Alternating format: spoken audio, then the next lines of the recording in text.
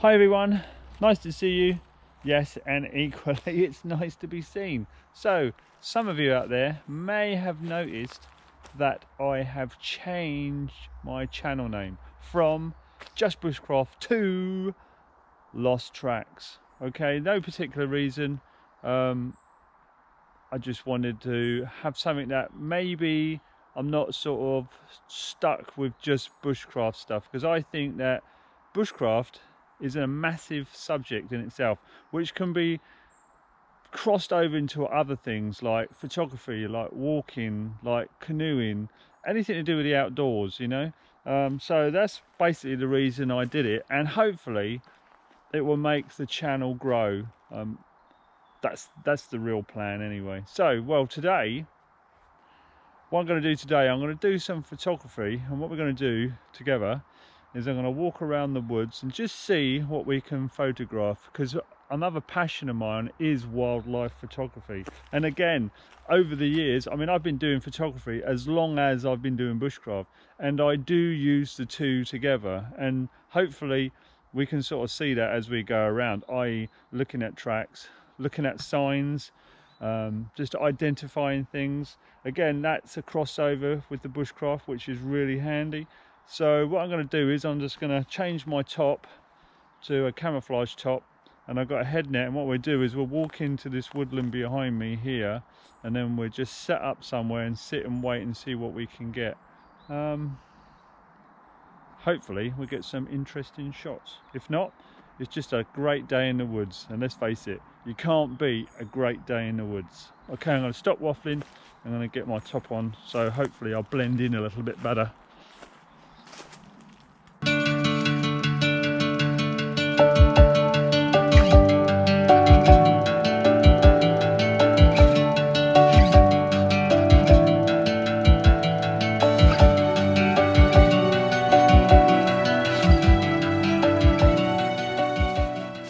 Hopefully that will do. Here we go. First sign. Oops, excuse me. First sign of wildlife. See, we've got this clearing here, and you've got one there also. See that one there? Something's been laying down there.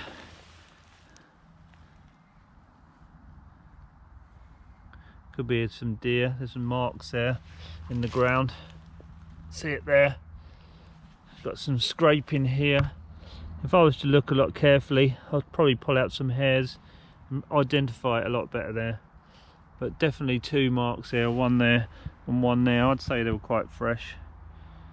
Okay, it's got a depression in here, look. Okay, that's a good start. Okay, let's go, see what we can find. Trouble when you're trying to walk around here, as anybody knows who's walked through the woods, you've got lots of sticks on the ground, and when it's completely dry like it has been, they just crack and give your position away. Sometimes it's nice to come in here after it's been raining for a while, and then when you step on these twigs and branches, they don't crack and pop like they do when it's been so dry. Another thing, obviously, you know, if you've done a lot of tracking or just generally trying to be quiet in the woods, it almost seems impossible sometimes, but it can be done. So what I'm going to do is, there's a place in here that hopefully we're going to just set up and sit for a little while and just see what happens. We might get some squirrels, might get some birds, might get a fox or a deer. I mean, I don't know. I have seen them in this area, and there is sign of them being here. But it doesn't mean to say they're going to be here. So what I'm going to do is I'm going to shut up and then try and get in, sneak in there, set up and see what we get.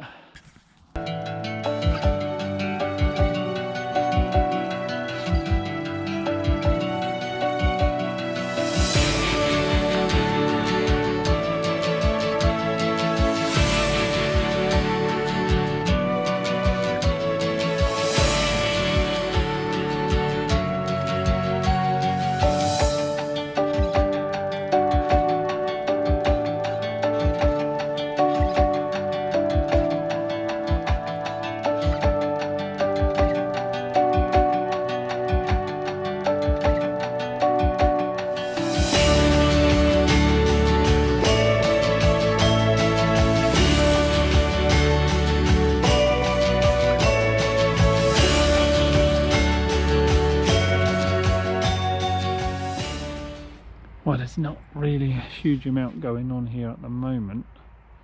You've got a tractor out in the field. You've got a guy over the back there in the distance chainsawing. I was rather hoping that the tractor would push the wildlife into the woods a bit, like foxes or deer maybe. But even though there's signs of deer here, we're not actually seeing any movement. So it could be a case of they're obviously somewhere else, stating the obvious. So what I do is I stay for a little while longer and then I'll move off and try somewhere else. But what's really cool about this time of year, we're just about coming into autumn now, and the acorns are starting to drop out of the trees, so every now and again you hear this thud, thud, thud. Incredible time. Might even see some mushrooms today, because it's not been raining huge amounts, but it is quite damp and it's still quite warm, so you might see some mushrooms coming out. So what I do is I'll stay for a little while longer,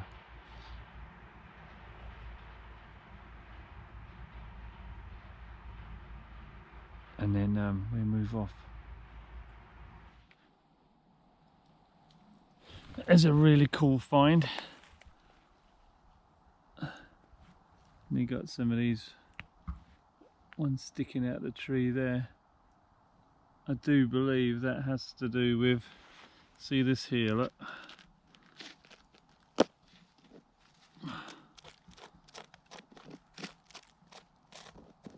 That's like what they call shoelace fungus.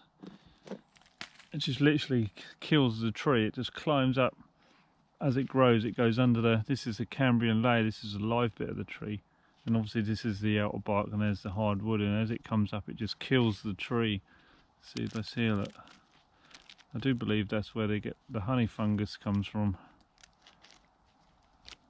Unfortunately, when it infects a woodland like we're in, it ends up killing quite a lot of the trees.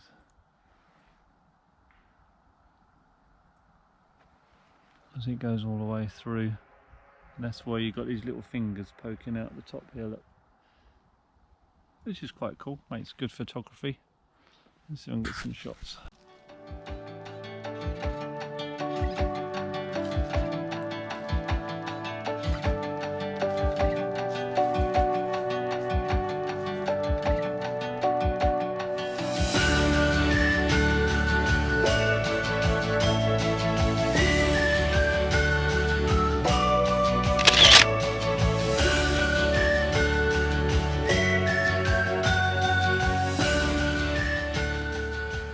Okay, so I've moved obviously from where I was sitting over the woods over there. There was some squirrels messing around in the tree, which unfortunately they're very quick. They look like juvenile ones. But normally this time of year, especially as we're coming up to the autumn and in the autumn, they do get very lively. Seen the mushroom, so we got that. There's a field down the end there. Normally you can sort of hear or see buzzers down there. There's not really a great deal going on there. Obviously the tractor was down there earlier, so that's probably scared them off. And then what I'm going to do now is I'm going to walk up to this other section of the woodland where I'm going to just make a cup of tea and just chill out. But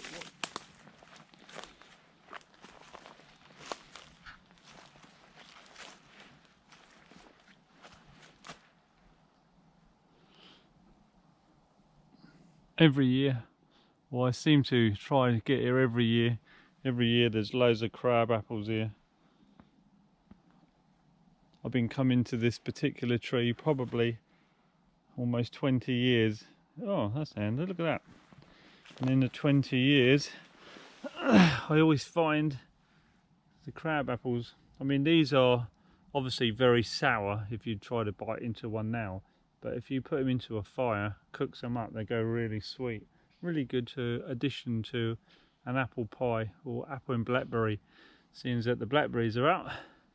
And that's another cool find.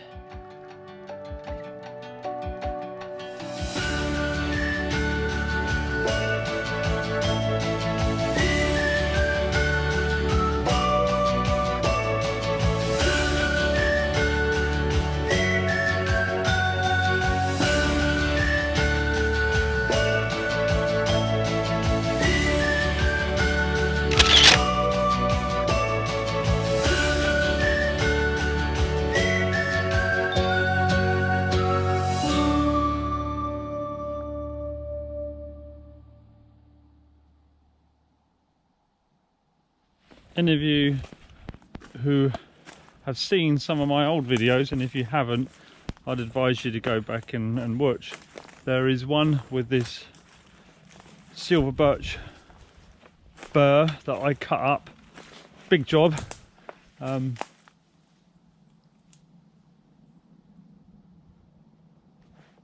Squirrels. What? Okay, where was I? Oh yeah, that silver birch bar. I mean, that was pretty big. But this is huge. This is an ash one, and look at the size of that beast. That is huge. I mean, just to give you a scale of how big this thing is, there's my hand.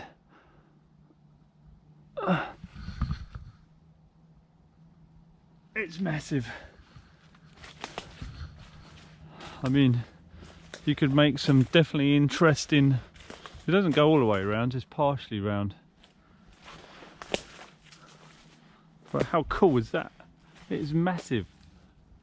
But when eventually this tree dies, which probably won't be in my lifetime, that'll be up for grabs. So if that'd be interesting ash carving stuff, but more than likely it'd just probably end up laying here and rotting away. Again, a bushcraft thing. Great wood for carving, gives you interesting patterns. I mean, just to give you some idea, just bear with.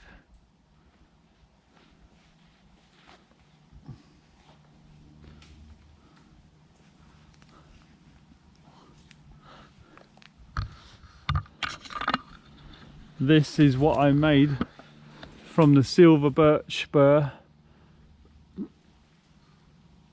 It was obviously a wolf's head or a fox head or a coyote head, whatever you want to call it. But it's interesting how the patterns are on there. And again, this will produce some interesting patterns in the wood itself. Excellent, eh? Yeah, tea time.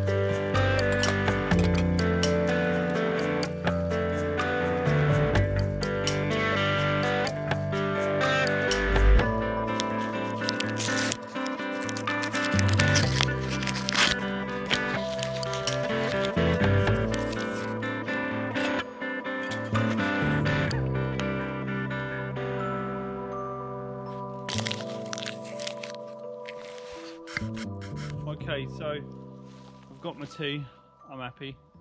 Well, that pretty much concludes the day really, because it's getting on a bit now and I'm going to start heading out the woods. But on the way, we can see some other stuff on the way out. So if that's any more I see, I'll include it into the video on the end. But I mean, thanks for joining me. And even though we didn't get any foxes or deer or badgers or any of those sort of things, obviously badgers come more out later in the evening, it's a good idea just to sort of get familiar with the woodland. That, like for myself, I'm in here quite a lot, so I am getting very familiar with landmarks, and sometimes you get familiar of birds' nests or holes in trees or the ash burr over there. You start to make up this map in your head, and I know there's badgers sets right over the back there. I do know we get foxes come through here, so I know it's quite a busy wood, even though today was quite quiet. If you're going to start using a woodland, start looking for sign of animals, start looking at, you know, the mushrooms coming out, start being aware of your environment. And that, even though we did photography today, I'd like to think it was part of bushcraft as well. So you know, you make your own mind up whether you liked it or you didn't, or you agree with me. And if you agree with me or disagree with me, just leave a comment in the bottom and then let's have a discussion about it. But I think it's like most things, you only get out as much as you get in. So the more bushcraft you know, other subjects that you're doing, i.e. camping, walking, photography, archery, all that sort of stuff, bushcraft can help you out. Maybe enjoy your experiences a little bit more. I know, especially for camping or wild camping, some people go into the woods and they do some wild camping. Sometimes they haven't got a clue what's going on, but you know, that's great, they're still out there. So anyway, instead of me waffling on, I'm just going to drink my tea and then head off out. So, you know, as I always say, get out there, do some bushcraft, enjoy nature, and let me know how you let me know if you enjoyed the show, with a thumbs up obviously, and if you made it this far, good on you. I will see you in the next one. Thanks for joining.